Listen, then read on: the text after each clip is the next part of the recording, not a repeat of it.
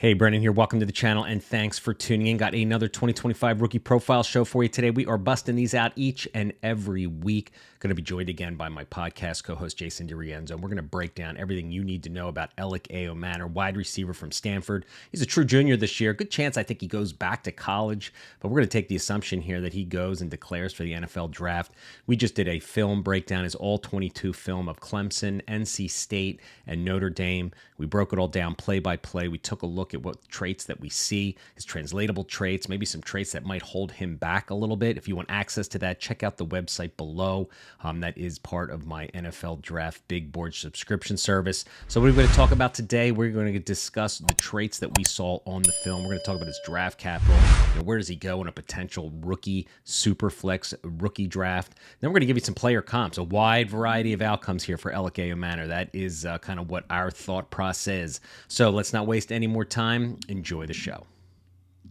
All right, Jason, let's talk about our next rookie report. And we just watched the film. We just did a film breakdown, an all 22 film breakdown on Elic Ayomanor, wide receiver, 6'2", 210-pound, true junior from Stanford. Of course, we all remember him from last year, the big game against Colorado in 2023 against Travis Hunter. He lit him up for 3 touchdowns. He had like 247 yards and 3 TDs. It was arguably, I think, one of the best second half wide receiver performances I think I've ever seen in college football. I think they were down by like 20 points and they came back, and he was a big reason why. And ever since then, this guy has been on the NFL draft map for this 2025 upcoming draft.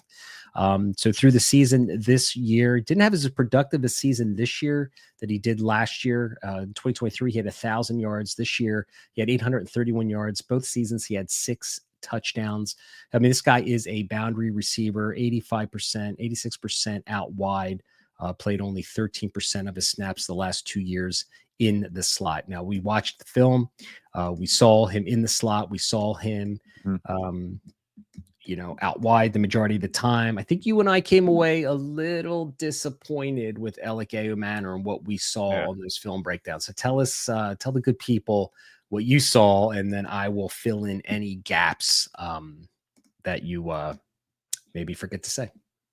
Yeah, sounds good. Well, I'll start with the positive. I mean, right off the line of scrimmage, he does try to execute some good, footwork to manipulate a bit of foot fire, some stemming action to leverage the inside or outside, depending upon where he's going to break. So I like the manipulation at the line of scrimmage. The only thing is sometimes he's just not winning because I want to see a little bit more hand usage, more of a swim, swipe, whatever it takes for him to gain that release. But if he does get a release, he does a pretty decent job of trying to get up to speed. I do like the fact that when he is in his route, he's very manipulative. So if it's a vertical route, he keeps his eyes downfield. He will try to fake inside or outside in order to throw off the defender. So I do like that. We saw a nice sluggo where he faked the out route and executed a nice vertical, got separation. The ball is just overthrown. So I think the manipulation is pretty good. He understands how to move the hips of the defender with his eyes and body gestures at the top of his route. The only problem is a lot of times you see the speed is just not there. The defender will be at his hip if he can't manipulate, and he has a tough time detaching at the top of his route. For a guy of his size, I wanted to see a little bit more physicality at the top of his route, fighting through. If it's a contested situation, I didn't see a lot of the vertical explosion I was hoping for, getting above the rim in order to execute a good possession catch. The hands were questionable as well. There were some easy drops where he should have had a nice catch, wide open passes going off his fingertips. So drops are definitely going to be an issue.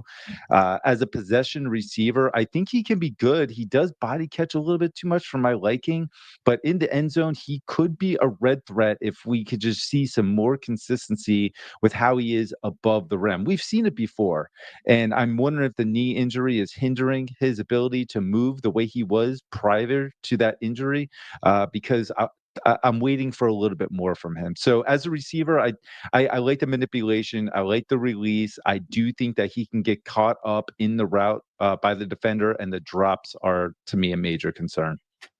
Yeah. Yeah, it's for me for wide receivers, it's space creation, right? So I'm going to put him Right. through the lens of, is he going to be a space creator at the next level to make it to our dynasty rosters, right? I think you bring up a good point. He is very manipulative when he doesn't have press coverage. Hmm. He has an arsenal of, like you said, some head fakes, some this, good, footwork and the ability to pivot and adjust and create a little bit if the DB is not right on him. If he is, he has, a little bit of a difficulty to kind of, like you said, detach himself from that. I think the thing that concerns me the most when watching him is, those vertical plays that we watched at Clemson.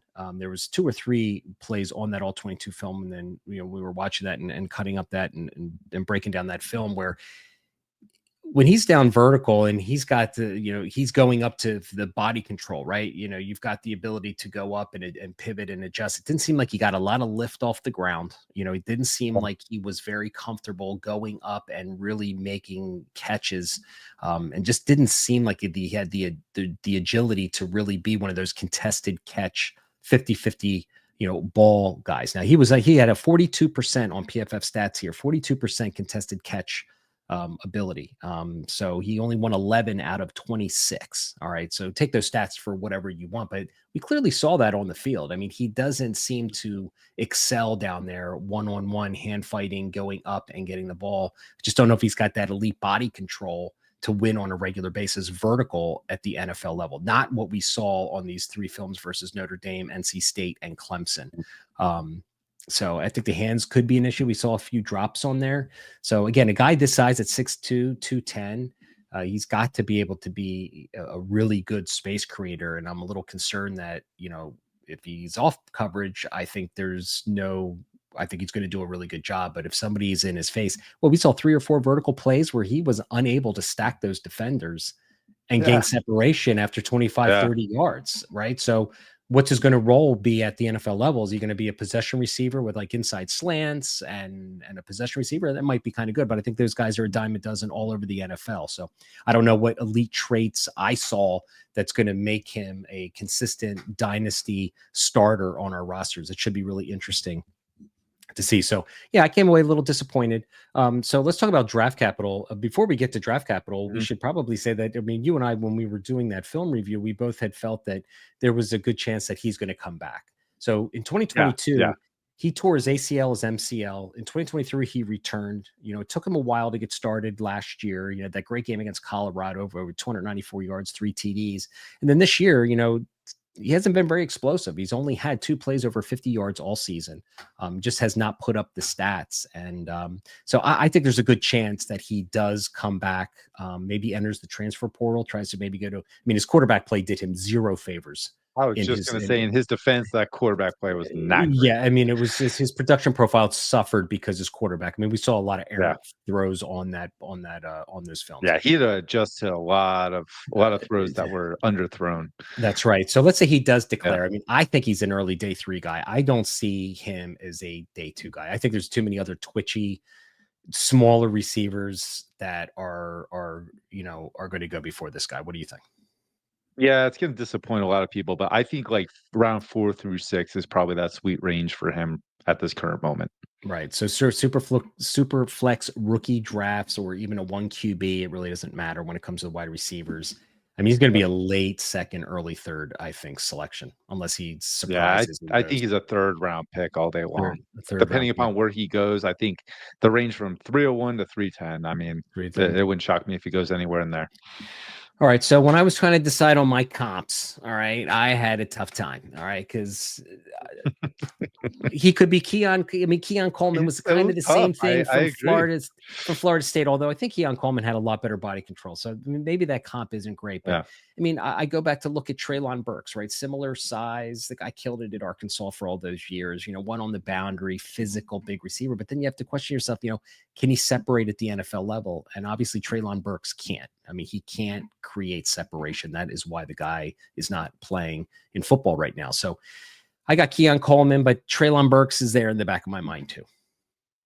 I mean, two good ones makes total sense. When I was thinking about the skill set and the concerns I have, I just kept thinking about Quentin Johnston. You know, the lack of separation at times, the drops were an issue, concentration drops at times where he is absolutely needed to be clutch in a situation based on his length and stature. He came up short, and that reminds me a lot of what we're talking about here. So it could be more Quentin Johnston to me. Just depending upon where he lands in the development. Yeah, that's a really good one because I mean that guy had all the physical traits. He Yeah, just and what we talked about at the catch point, he just comes up small when it's yeah, going down there. and that's You kinda what know, I see with Elic Ayomanor too. that's what we saw on the film, people. So that we're just Right. showing you what's, so you can be excited as you want, but you got to watch the film. All right. So there you guys got it. That is Elic Manor. Don't be mad at us if you really like the guy. We're sorry, but we're going to always tell you how we see it.